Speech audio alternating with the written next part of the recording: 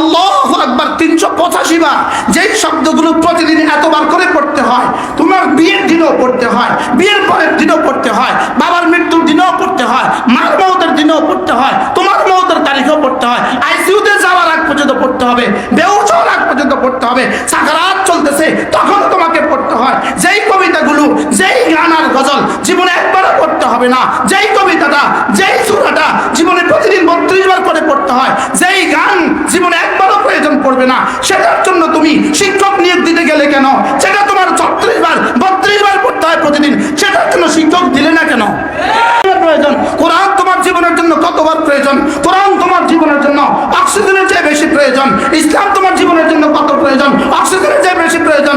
যেই গান জীবনের জন্য একবারও প্রয়োজন নাই, যেই গজল জীবনের জন্য একবারও প্রয়োজন নাই, যেই সংস্কৃতি জীবনের জন্য একবারও প্রয়োজন নাই, সেটার জন্য জাতির রাজস্ব থেকে কোটি কোটি টাকা বরাদ্দ দিয়ে জাতির জন্য গানের শিক্ষক নিয়োগ দেওয়ার প্রয়োজন বোধ করলে কেন?